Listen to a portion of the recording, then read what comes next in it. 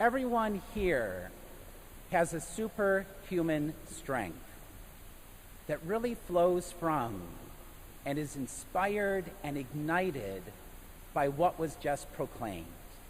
All of us, we have the superhuman strength of words. Perhaps you've heard that childhood taunt, "Sticks and stones may break my bones, but words will never hurt me." Whoever came up with that is a liar.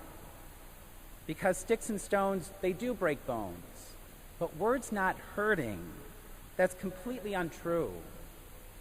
Words have power, and words have power to build up and to inspire and to charm and to motivate. And words also have the power to tear apart, to repulse, to destroy, and to hurt. Words can definitely be a superhuman strength. Jesus, he himself knew about the power of words.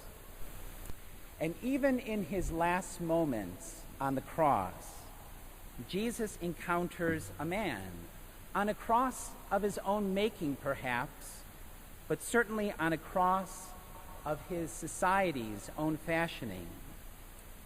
It was this man who was known by his neighbors as a thief and a crook, and by his executioners as simply dead. But Jesus, he sees somebody else, and he speaks these words to him: "On this day, you will be with me in paradise." In this man's last moments, when authorities do away with him like yesterday's trash, and a community taunts him with judgment and anger, and faces in the crowd surround him with everything that is cold and bitter, Jesus speaks words of comfort and hope and compassion. He speaks words of eternal life. Jesus certainly knows the power of words. And these words continue to be proclaimed today. They have reached across the world and through our time, and even into the generations that are represented here. They have reached into your high schools and into your hearts. And that's why we gather here for this Respect Life Mass. Because words have to be spoken. And they have to be spoken with the power of conviction, and with the power of our Catholic faith, with hope and healing, with compassion and love, to a government who thinks that religious freedom can be compromised, to a society who thinks that life can be aborted, that violence or abuse of any kind is acceptable, and that death can be issued as if it's a foul or a penalty, and that war is an immediate go-to answer, a legitimate response. Words have to be spoken to rouse up action for those who are stuck in poverty or homelessness.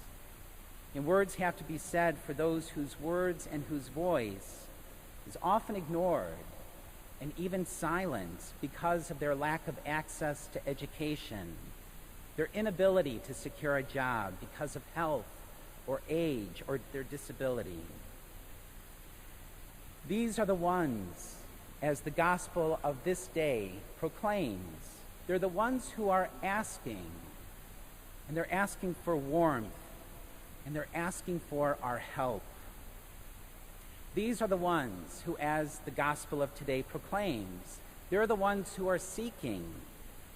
They are seeking those who are compassionate. They are seeking someone who cares. And they're seeking someone who wants to understand.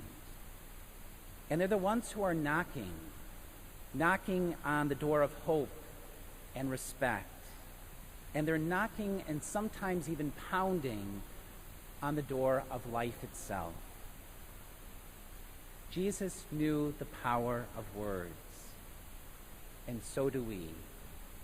Later on this morning, in the center of this very town that has seen many a superhero in these days, let the public see all of you. Walk to public square, stand on public ground, and use your superhuman strength. Use your superhuman power, the power of words, and use that power for good and for grace, and certainly not evil. Use your words to battle arguments and not fists. Use your words to build up integrity and dignity in life, and not destroy or deflate it. And use your words to inspire and move and motivate, so that from your own words can also come our decisive actions. In this Eucharist that we gather in, Jesus does just that. Soon we too will hear those words. This is my body. This is my blood. Words spoken to change bread and wine, and words spoken to change us, to lift us up and to bring us life, all so that we can go forth from this place to change, lift up, and bring life to our world, to those in need, and to each other.